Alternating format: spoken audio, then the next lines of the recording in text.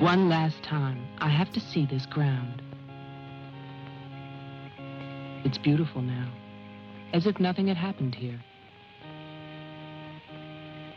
Soon they will tear down the main house, and then nothing will be left. Nothing. Except what I remember. I grew up in the town nearby, where my father was the mayor, and where this house stood, waiting for me. It was built by Wilfred Butler. We had never seen him, and he never lived at home. Until the day before Christmas in 1950, he finally did come back. For the last time.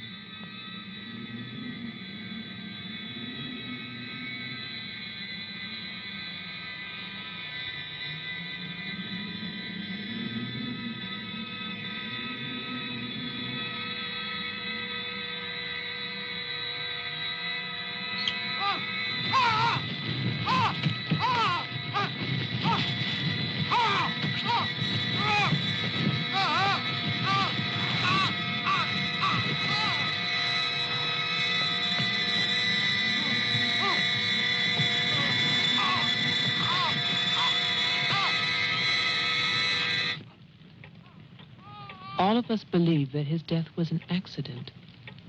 No one knew that another person had come to Butler House that Christmas.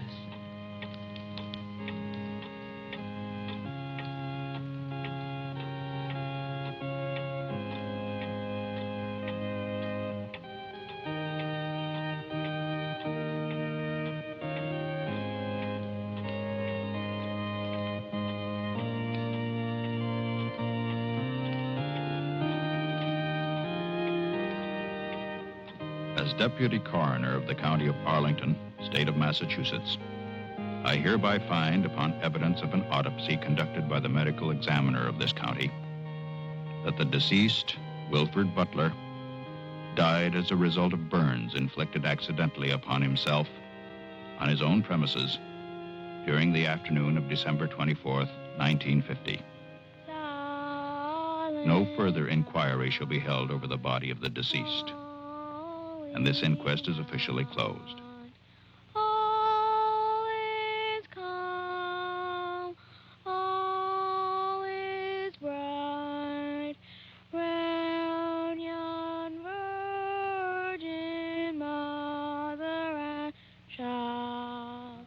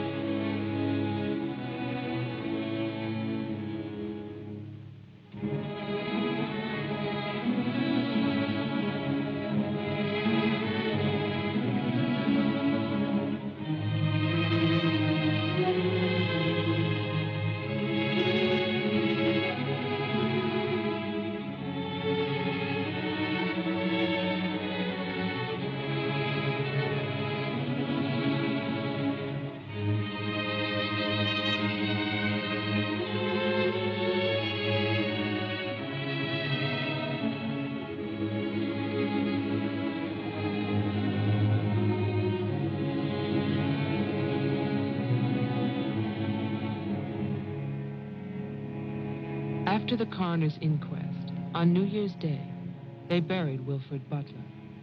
There was no one there to mourn him. It was the funeral of a stranger.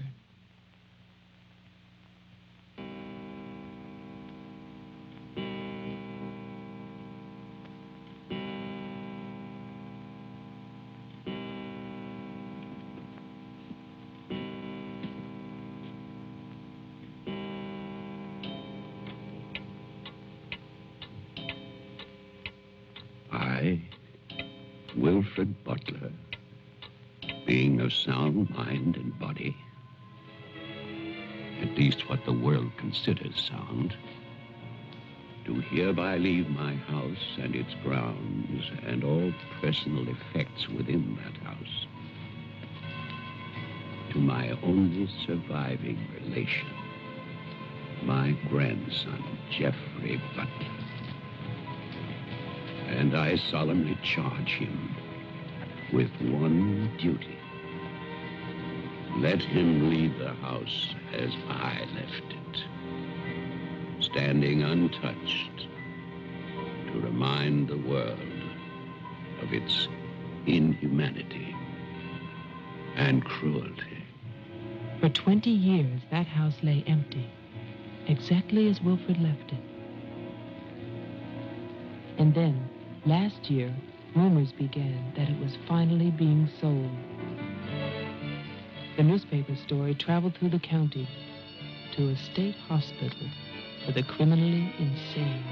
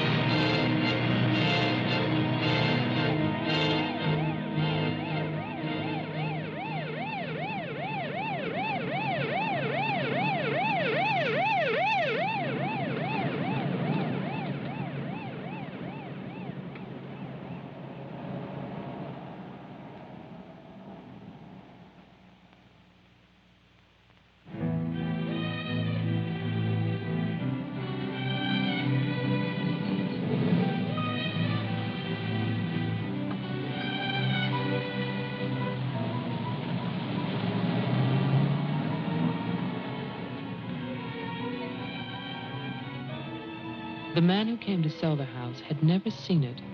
He was a lawyer from the city, just doing a job and enjoying it.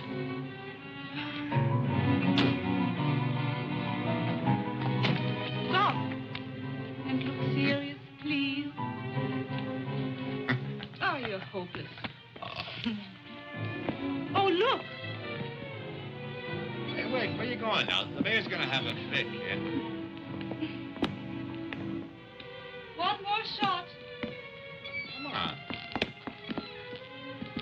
Stay there. I want one together. And smile.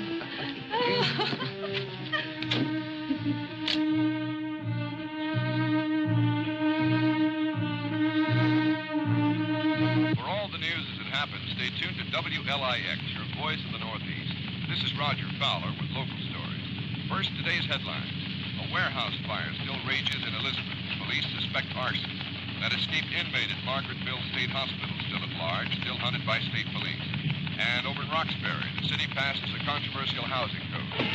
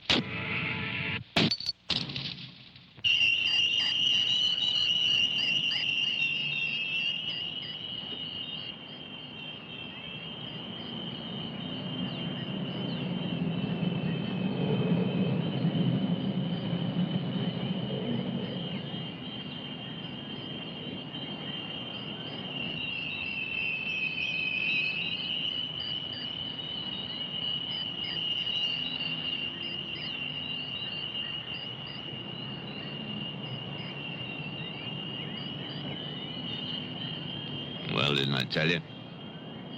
It's beautiful. Can we see the rest of it? Honey, that was it. I think the mayor's waiting for me. My love is such an important man. Right. Laura always says that. Darling, What? Don't be long. Honey, if you get bored, just look at the view. Sooner or later, that viaduct's gonna take us back home.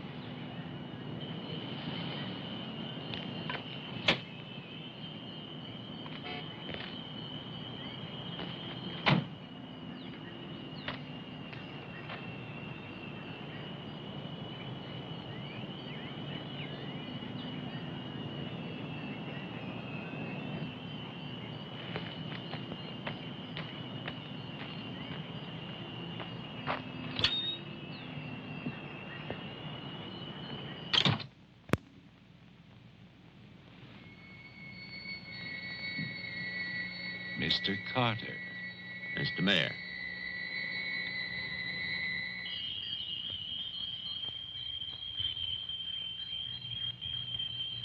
Let me introduce you. This is Charlie Towman, who publishes our weekly newspaper, The Patriot. Mr. Towman? And this is Tess Howard. How do you do? She operates our switchboard. Oh, really? We call her the communications director. And this is Bill Mason, Mason? our sheriff.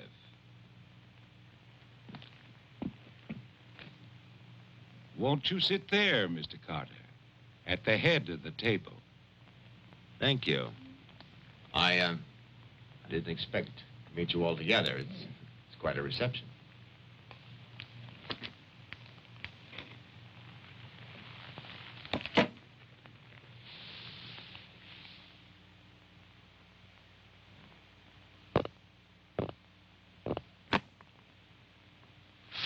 All right, let's begin.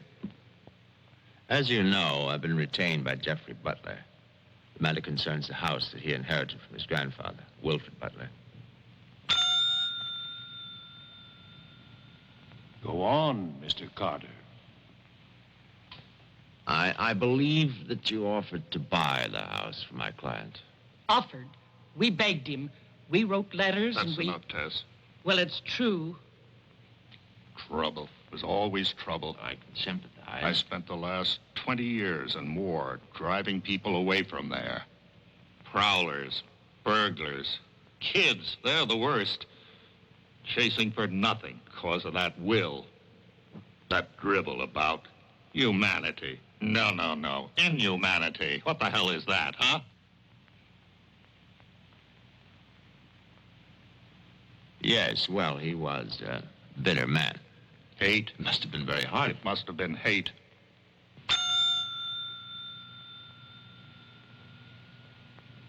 That man hated. Well, some people are like that.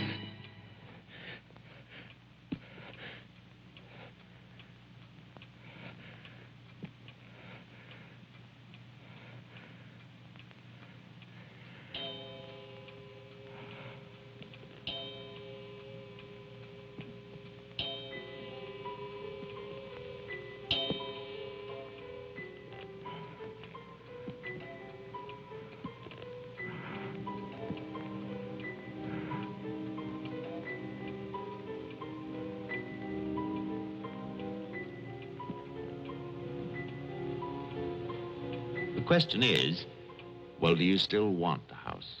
Are you offering it to us, Mr. Carter? Exactly. Why now? Well, that's Mr. Butler's business, isn't it? You know we're not rich. Most of us came here during the Depression. But we love this town. It's our home. And naturally, you want to improve it. Exactly. My client understands that, and he fully sympathizes, and he's willing to sacrifice the house for $50,000 in cash by noon tomorrow.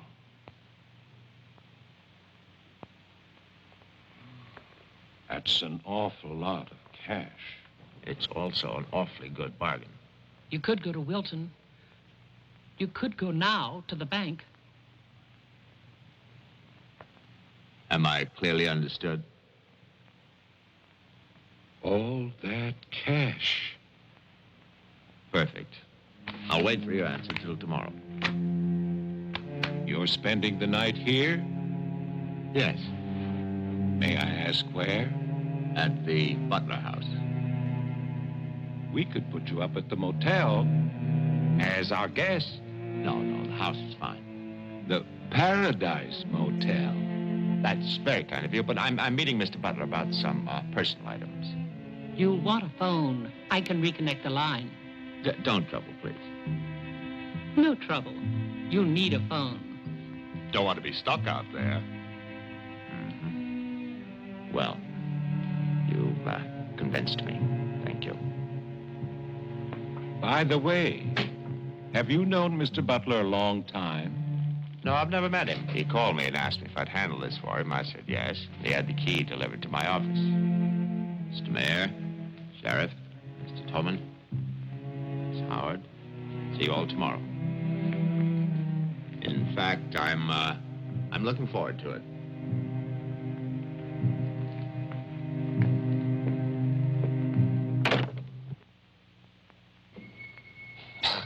Slick, really slick. He's a big lawyer, Bill. You've got to expect that. Don't tell me about lawyers. Oh, you see the way he looked at us? You see his clothes? He's doing his job. Just don't tell me about lawyers. You know what I'd like to see? Two of them like that when talking to each other. Neither one of them would know what to believe. I love you, too. Honey, when I get home, I'm going to have a nice surprise for you. No, I can't tell you what it is now. It wouldn't be a surprise, now would it? No, I can't come home now, but it'll be very soon. Very soon. Honey, of course I miss you. Yes, I miss Mommy, too. Laura, how are you, kid?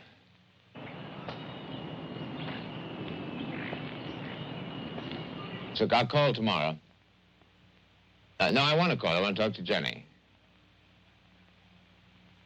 Yeah, well, as a matter of fact, I'm having a fine time. Well, same to you, darling. What do you mean, hostile?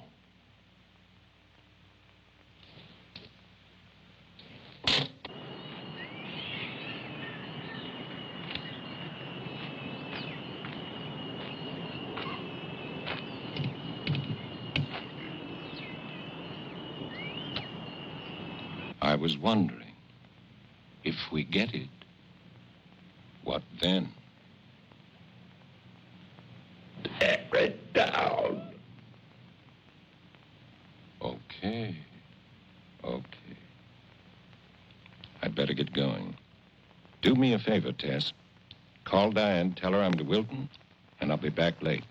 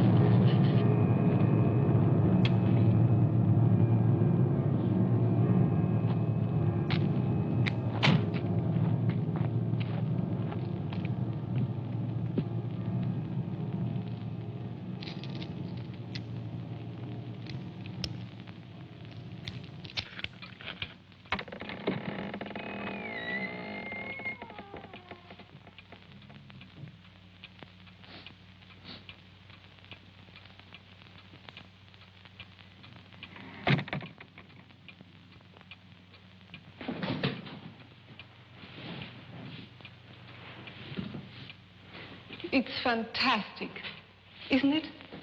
Yeah. Butler wasn't kidding. Nobody's lived here for years. That would be such a waste. It's his grandfather's monument. You know, The caretaker who keeps this place just the way he left it. What kind of monument is this? Well, that's the trouble. Nobody remembers anymore. That's what usually happens in America. I remember this. And he walks with me, and he talks with me, and he tells me I'm his own. And he walks with me, and he talks with me, and he tells me I am his own, and the joy he shares as we tarry there. You're not serious.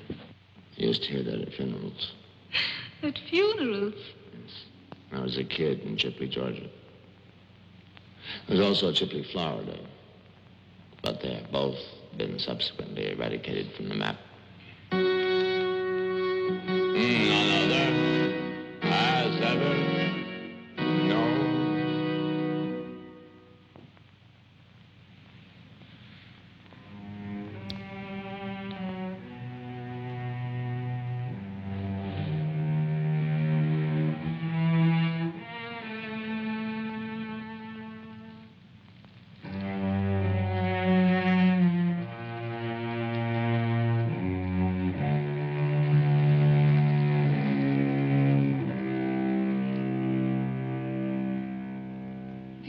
Open was a delicatessen, so I brought you pastrami, salami, potato salad, macaroni, everything you like.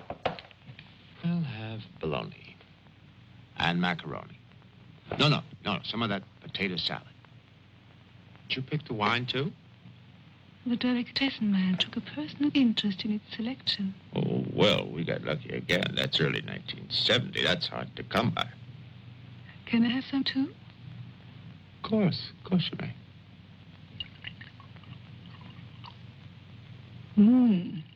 Thank you.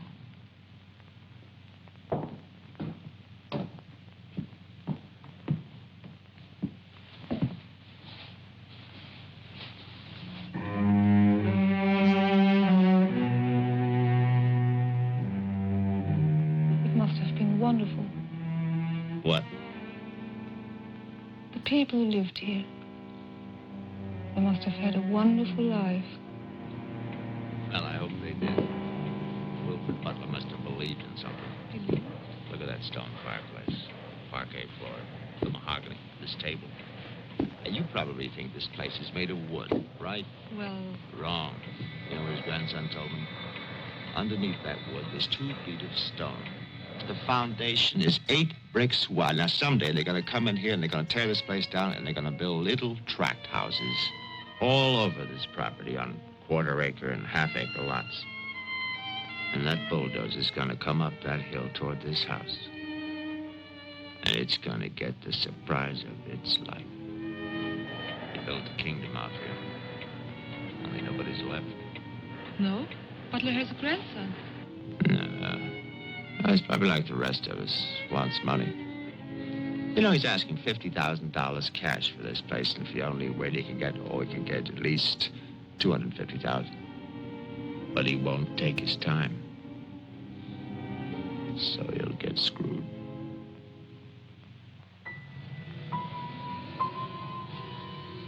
Do you want to go upstairs now? Soon. You know, one of the great pleasures in life is the pleasure of anticipating pleasure. Isn't it? We are very close now, aren't we? Sure, honey. Very close.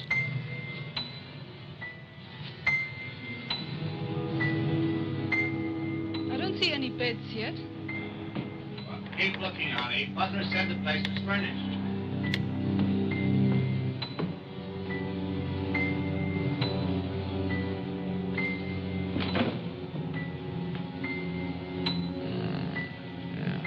It's furnished.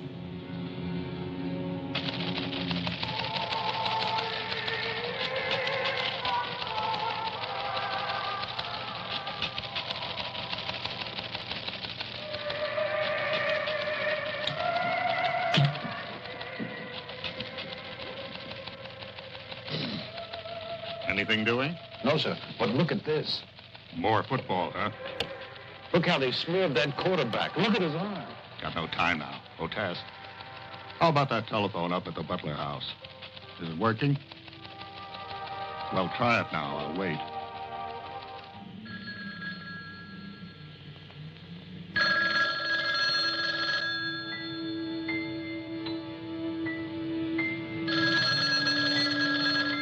Hello? Oh, yes, Miss Howard. Yeah, the phone's working fine. Very nice of you to call. Thank you. Good night. Honey, I'm going down to the car to get some cigarettes. Be back in a minute. Okay. Don't get lonely. No.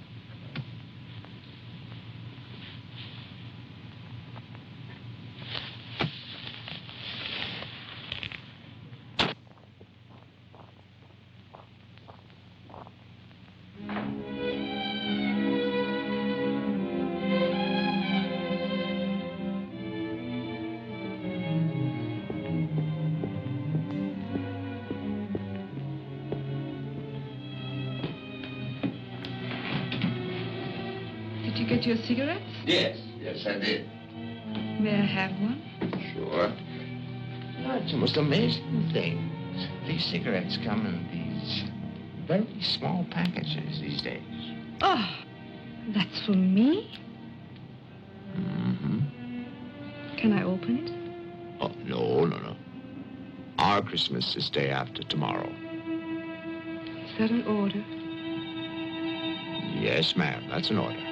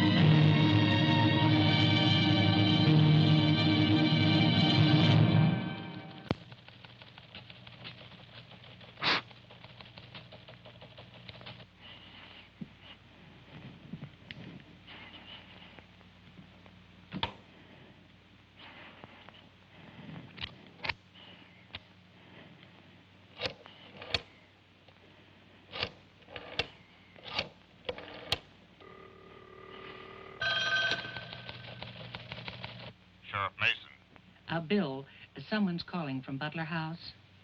Okay, put him on. Go ahead now. Mr. Carter? I'm not Carter. Who is this? The owner. Butler. I'm worried, Sheriff. Carter's not here. Speak up, I can't hear you. I can't. I'm sick. Can you come here? What is it? What's wrong? His car's here, but he's gone. Won't you come? Okay. Now you stay put in that house. I'll wait for you. Please, hurry. I'm afraid. Now take it easy. I'm coming.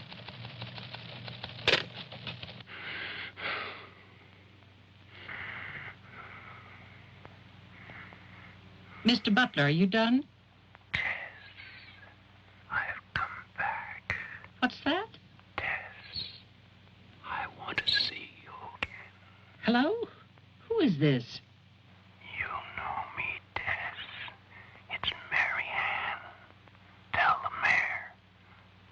Tell them all. I'm waiting in my father's house. Tess, it's so lonesome here. Don't be long. Hello? Hello? Hello?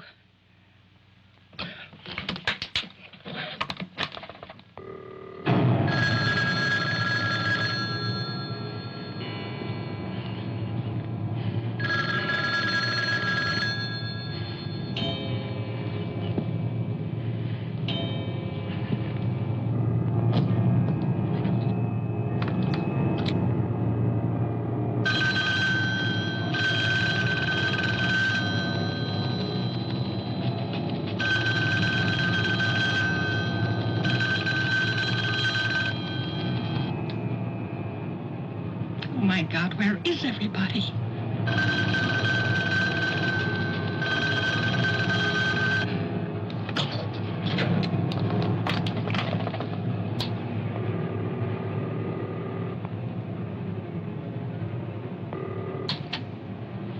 Hello? Oh, Maggie, thank goodness. What is it, Tess? Something's come up. Something urgent. Can you start early? Oh, honey, I'm watching TV. Maggie Daly, you get yourself over here. What is it? Just get moving, Maggie. Just please hurry.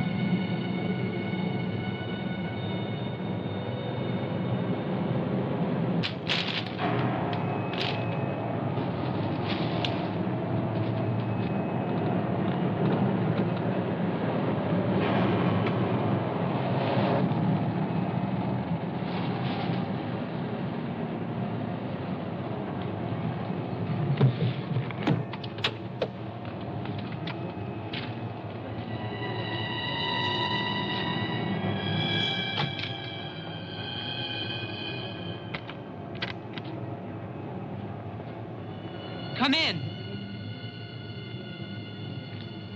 It's open. Okay, mister, that's far enough. What do you want here? Mayor, Try again. My father's not home. And don't move. you want me to put my hands up? No. Just stay there. What are you staring at? I seem to remember you from the road. That's why I'm holding a gun. You scare me. That makes sense. Thanks. Does everybody carry one here? You can ask the sheriff when he gets here. I'll call him. I'm sorry to disappoint you, but the sheriff's office is empty. How do you know? I was just there. Who are you? Jeffrey Butler. Oh, you're the one who's selling the house. Yes. Have you any ID? Come on. Don't laugh at me. I want your ID. Some maniac escaped from Margaretville.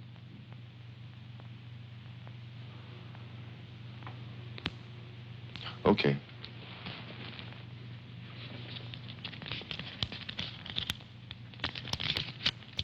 Put it on the table.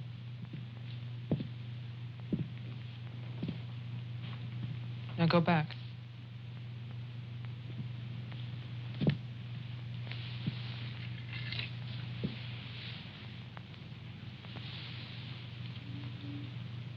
California license.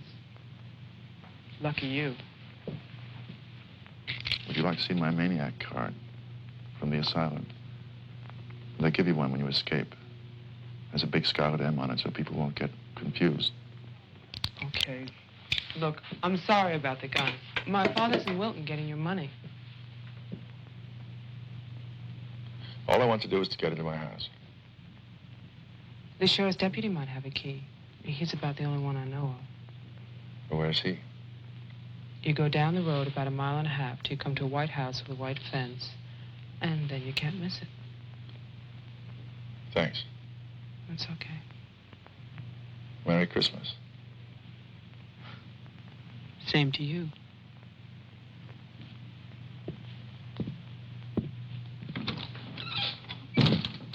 If I don't call back in an hour... What? Call the mayor or Mr. Towman and nobody else. Promise me you'll do that. Well, sure. Mark it down, honey, so you'll have it.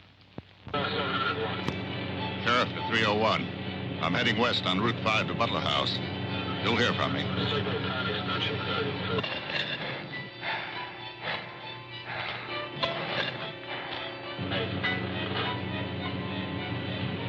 What the hell? What's that light out there?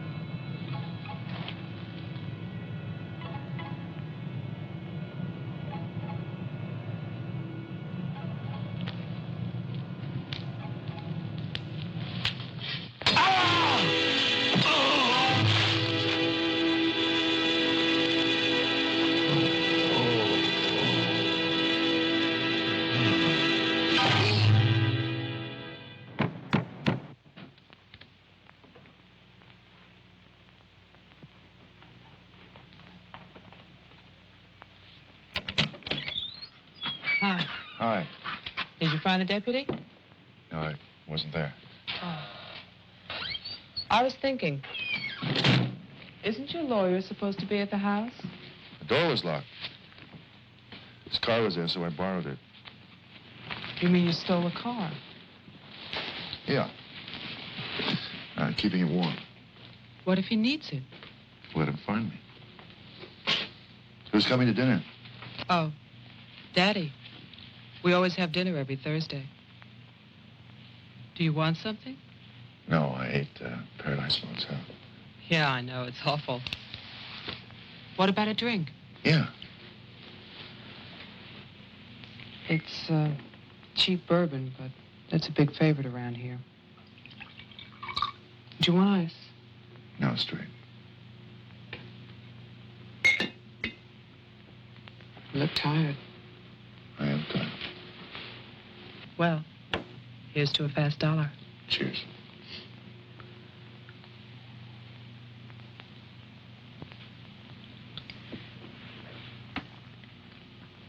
Why did you decide to sell the house?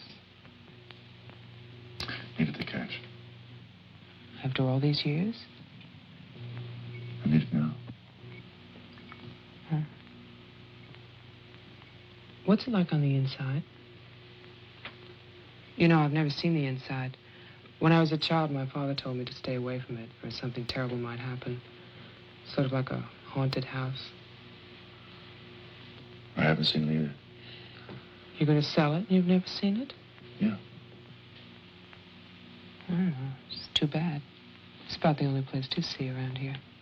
Oh, I forgot. Someone keeps calling with a message for my father.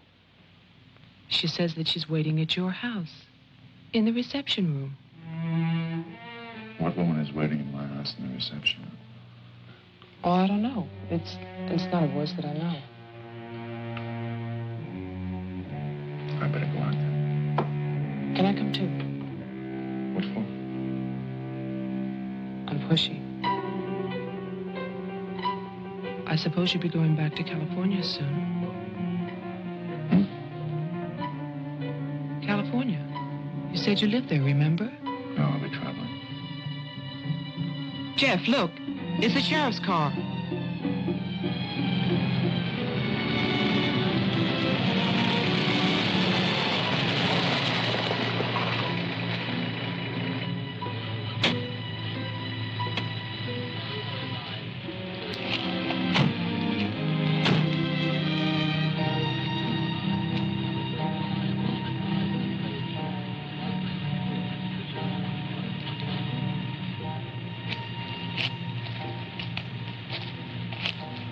There's a light. Look at that tombstone. Pretty cheerful. Who bears the cross shall wear the crown. Wilfred Butler. My grandfather. Oh.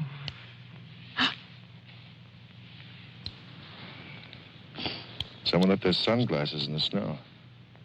They're the sheriff's. My lawyer's missing. So is the sheriff. You get strange phone calls. And now someone's fascinated by my grandfather's grave. Let's get out of here. You still want to go to my house? Yes. But I don't want to go alone. Listen. I'm not nervous. Well, of course you're not. Oh, it's the cold. I'm shaking from it. Let's get out of here. Okay. We'll get help in town. It's 10 minutes drive.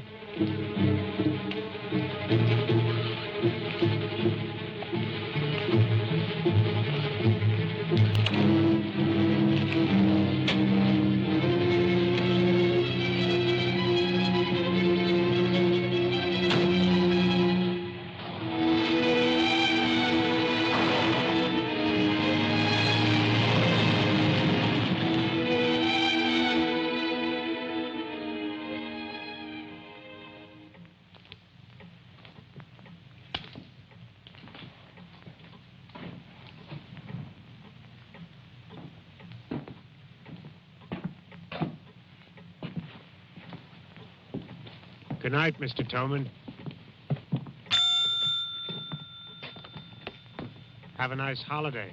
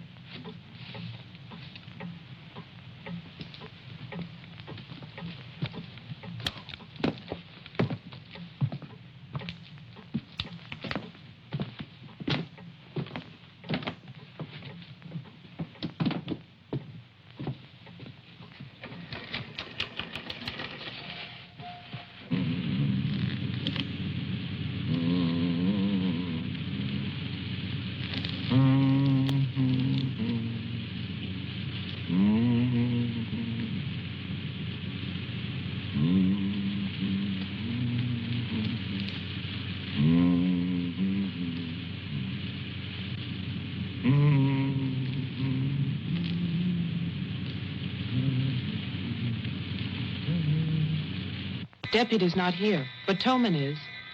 Who's Towman? Come on, you'll see.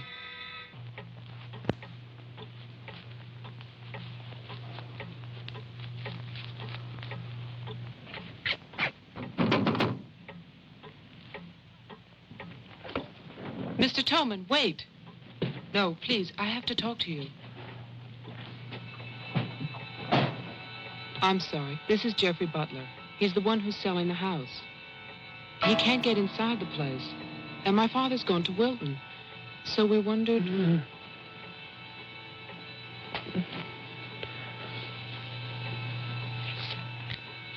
Anything you know? He'll tell us. Tess has gone to his house. Why would she go there? I don't know. Anyway, she won't get in. You say it's locked. He says she hates the place. Would you like to drive there? Diana could stay here, lock herself in. I need a key.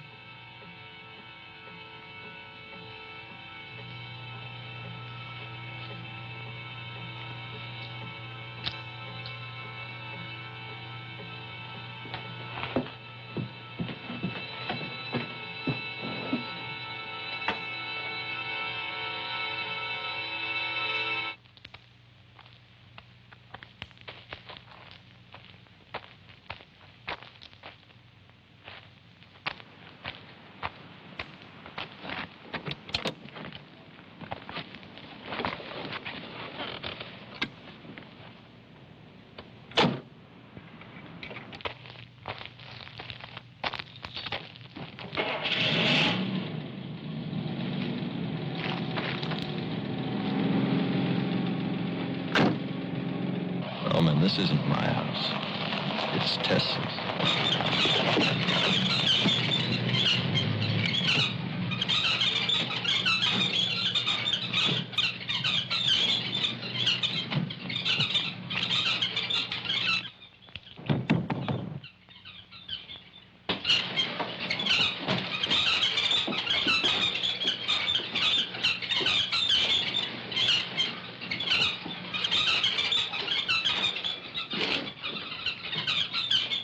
Tess isn't here. Are you satisfied? She must have gone to my place. Well, why wouldn't she go there? She hates it. Maybe she went to see the woman who's there. Someone called the mayor's house before. Said she'd be waiting.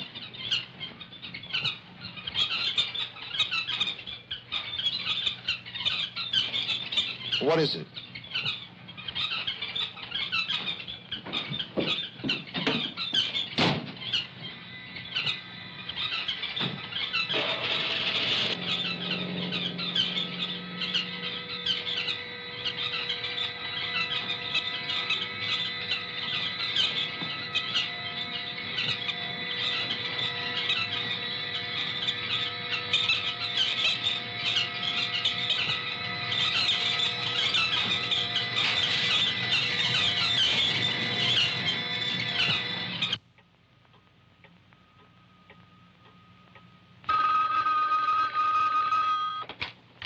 Hello, Jeff?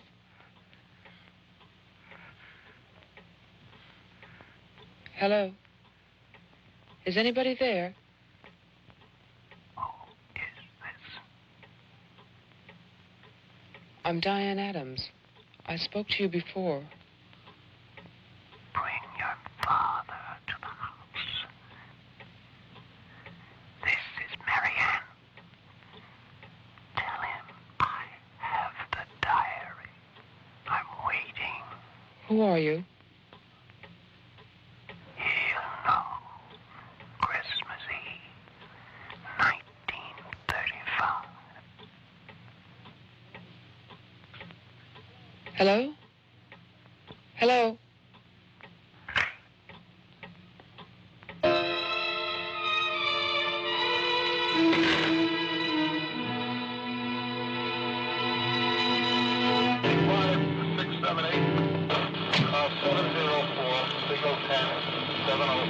Charlie. 704, signal 10, 704, Steve Charlie.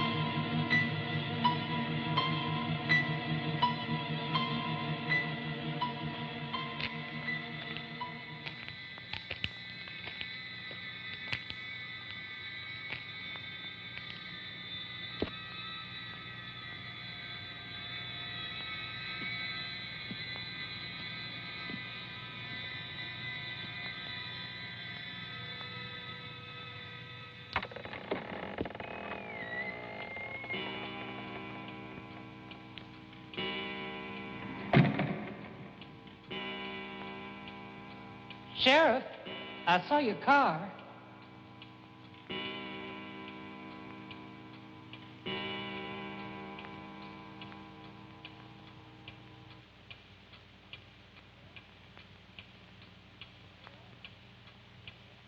Bill? Is that you?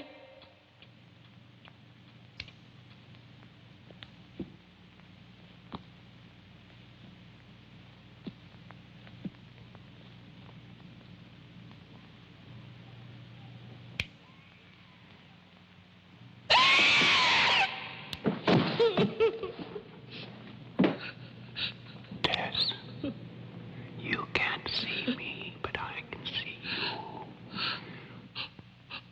you. Oh, yes, I remember that face. You're older now, and fatter, but still Tess. And you're frightened, aren't you? Don't be afraid. I want to help you. Take my hand. Take it, Tess.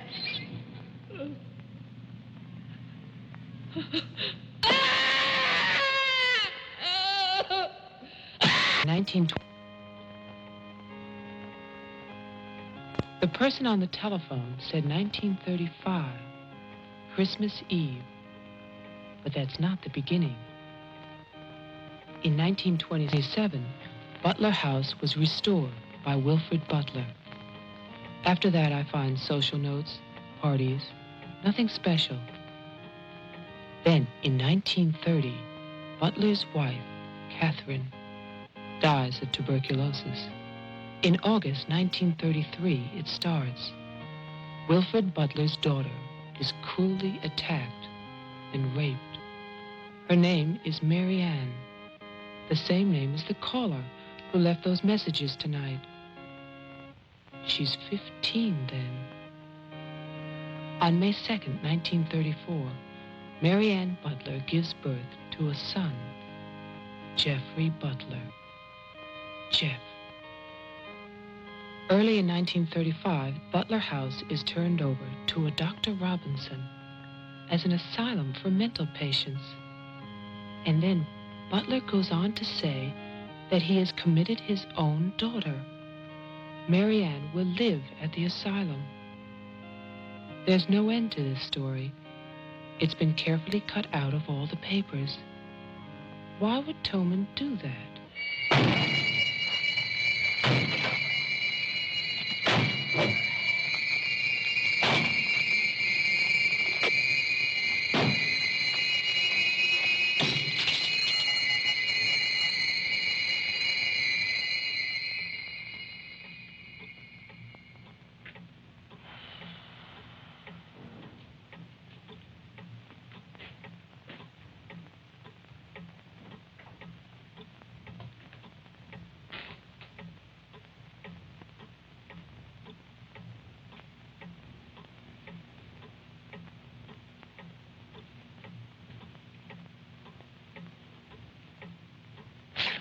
You scared me.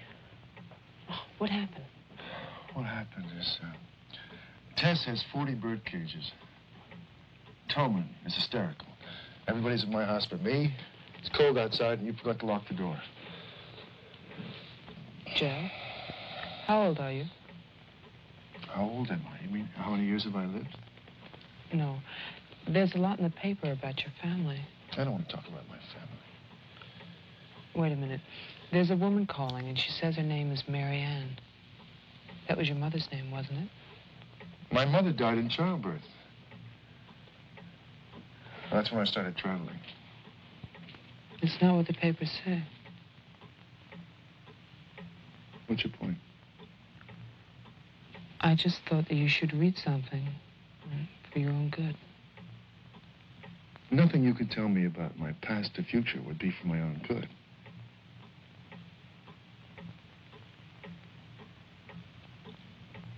Where is the paper? It's on the table.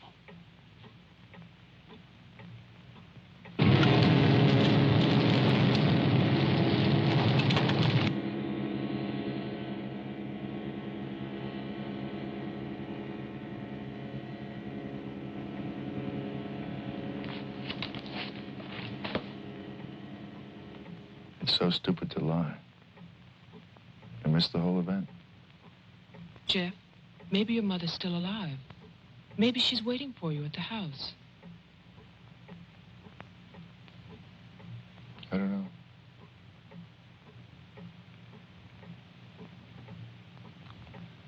Come on. No more side trips. Let's go out there.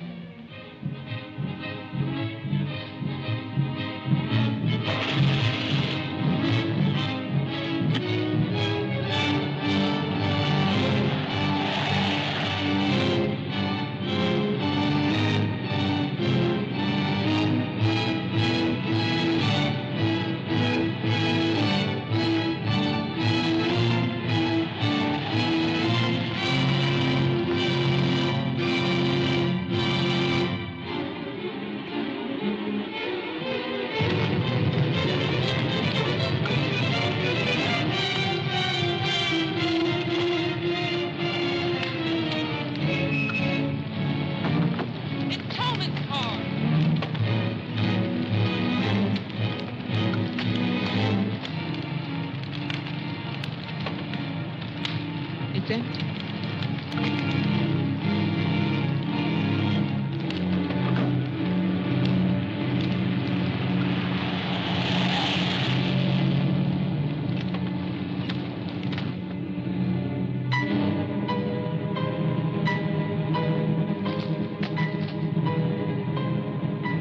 Jeff, look!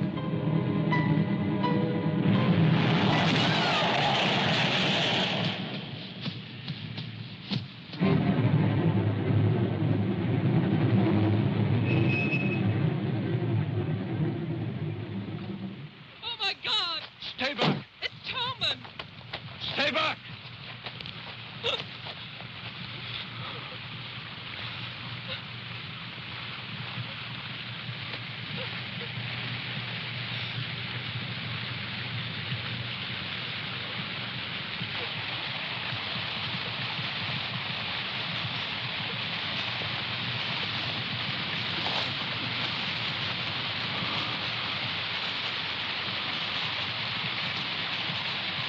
She's dead.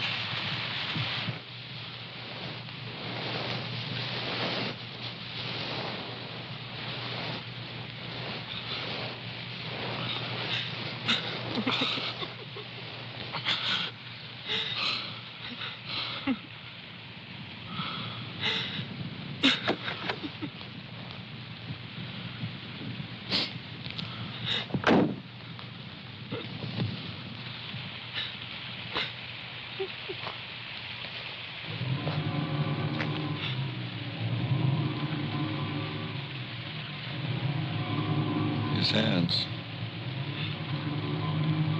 Somebody cut off his hands. You killed him. You killed Towman. He's asking for help. You killed him. Get in the car.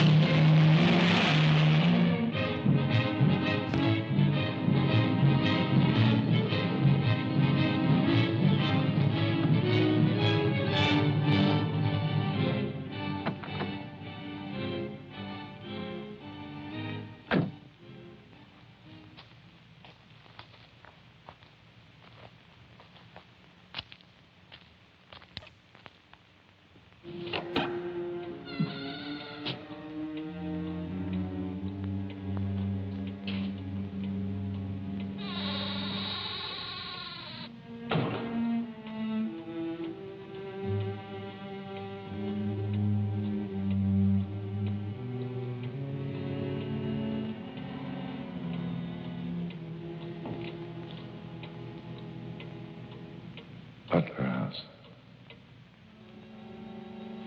The keys. He took them.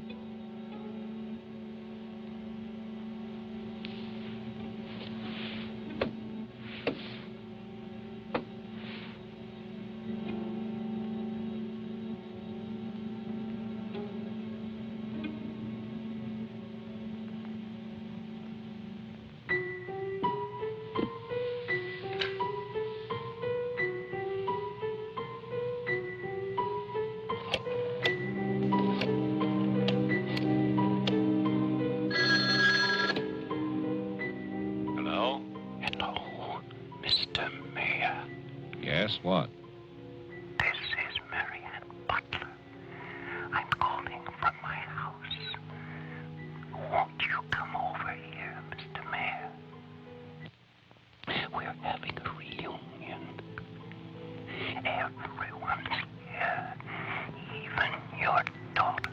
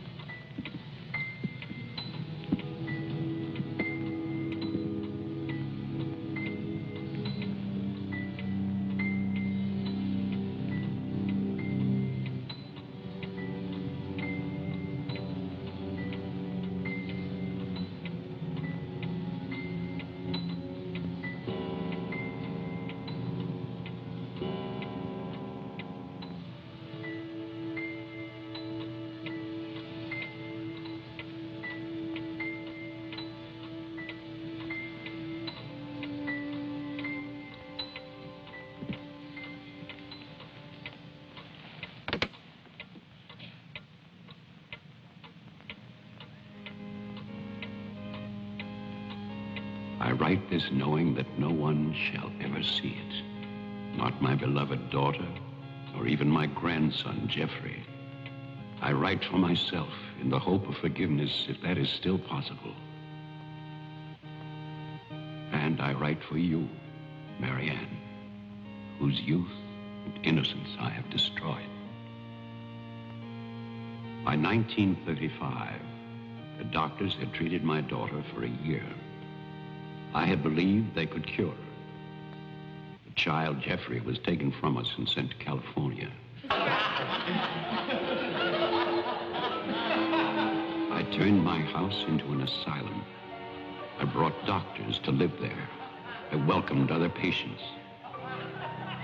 Useless. All of it.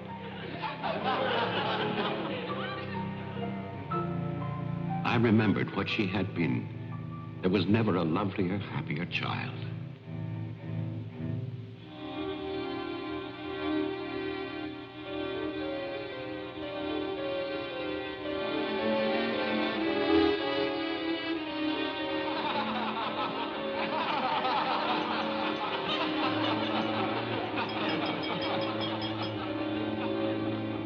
Ladies and gentlemen, now quiet, please. I propose a toast. Doctor, please. By Christmas of the first year, I knew that I must act, not for myself, but for my helpless child. Led him to create this institution. Our friend... I had no plan. All I knew was that I must take her from these men with their promises, their lies. Shall we? Huh?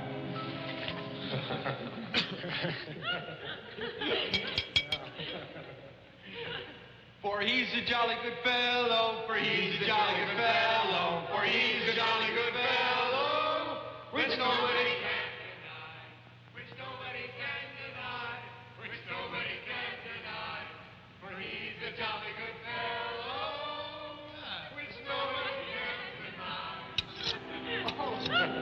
I knew that they would gorge themselves into a stupor that afternoon. It was their celebration. I expected no less. Since they had come into my house, they had acted as if they owned it. They had behaved like poor relations, half guilty, but finally unable to control their appetites.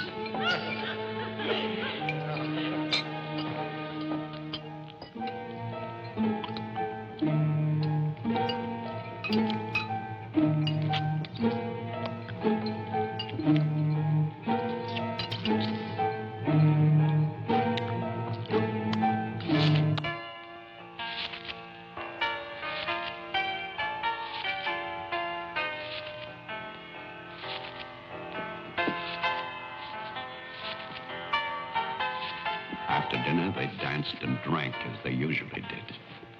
All the time, Robinson would smile and reassure me.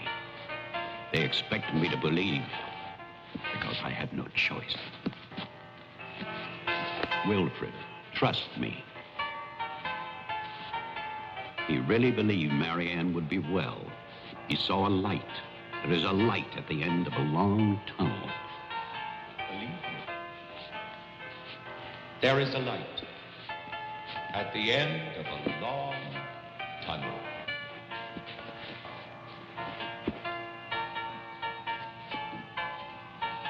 Stay here, Doctor. I'll get more champagne. He was ready. I knew it. Drunk and fat and full of his own importance. I left then.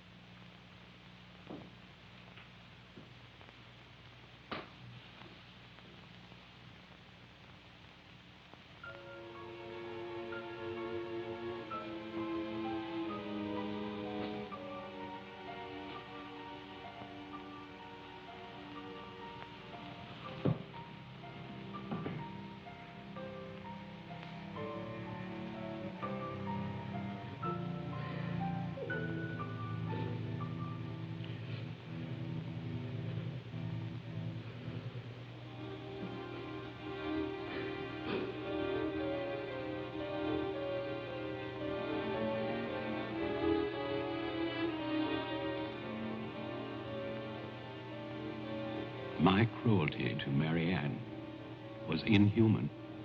I know that. I had loved her. I had fathered our child, Jeffrey. I had brought her to this. But I swear that on that afternoon, all I wanted was to save my child.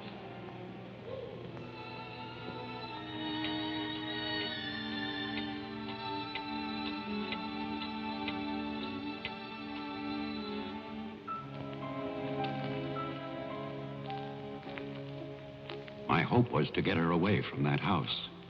But also, I wanted to set free those other wretches who had so long been abused by the doctors.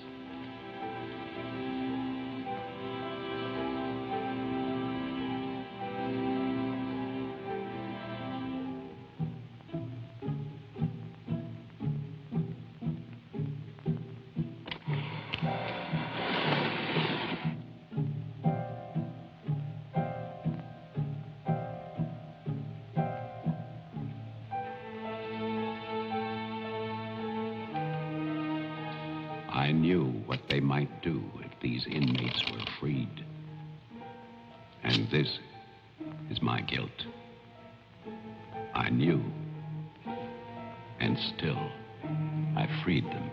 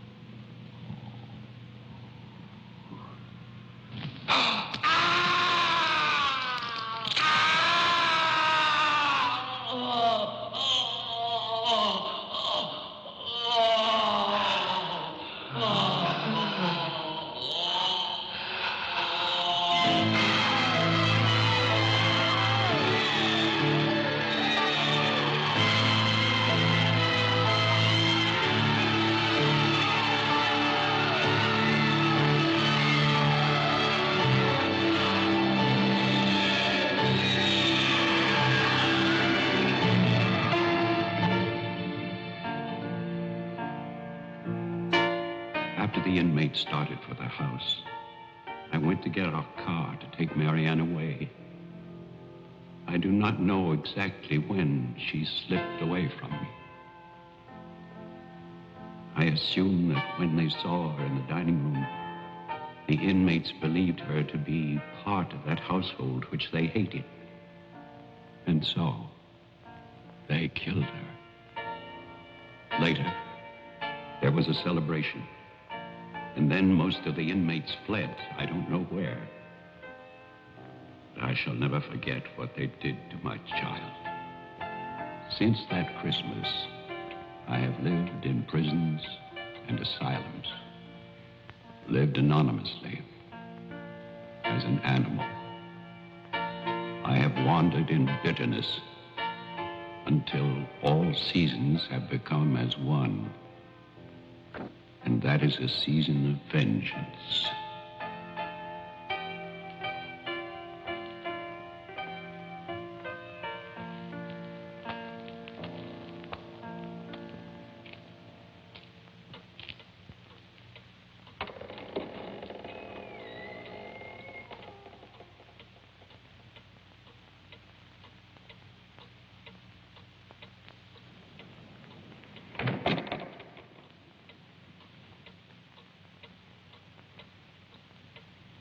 Jeff.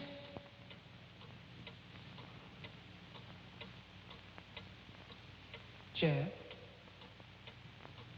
Wilfred Butler is still alive. This is still his house. Your grandfather died in 1950. He was burned to death in this house. My grandfather poured gasoline over a squatter he found here. The town wanted to believe he was dead. They still do.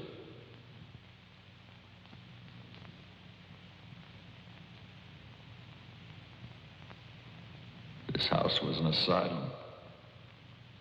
There was a massacre by the inmates. Tess, Towman, the sheriff. Your father. No. All inmates. They killed my mother in this room.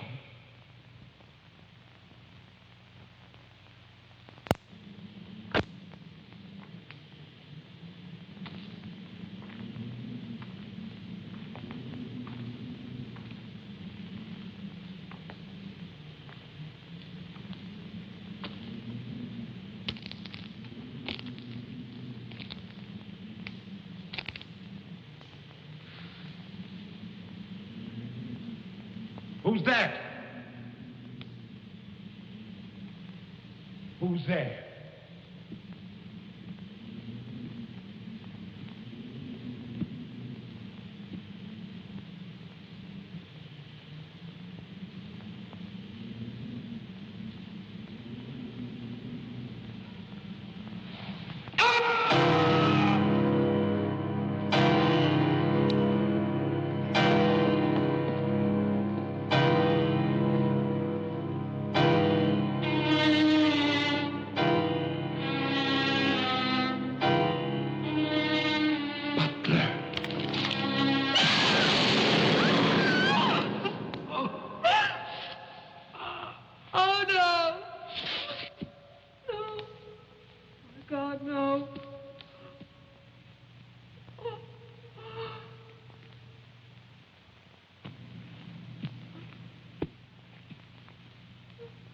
Daddy? Daddy?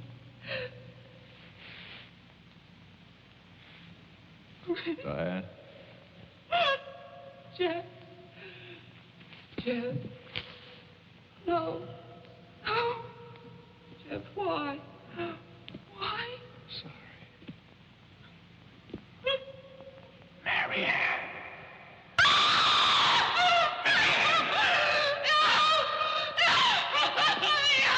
Don't run away. Don't. I'm your father. Don't be afraid. I won't hurt you. Please. It's all right.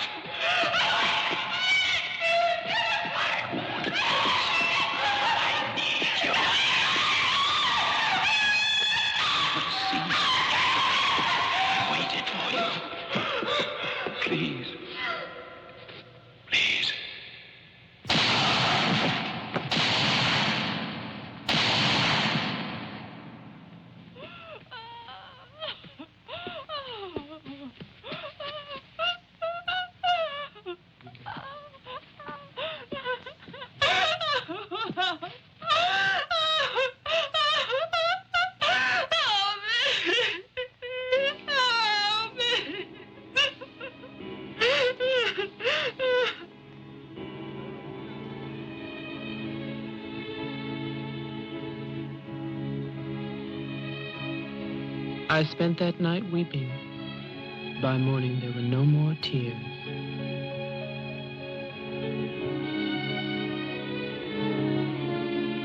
I know that my father and Jeffrey both thought they were shooting at killers, but they were simply the last victims in that house of victims.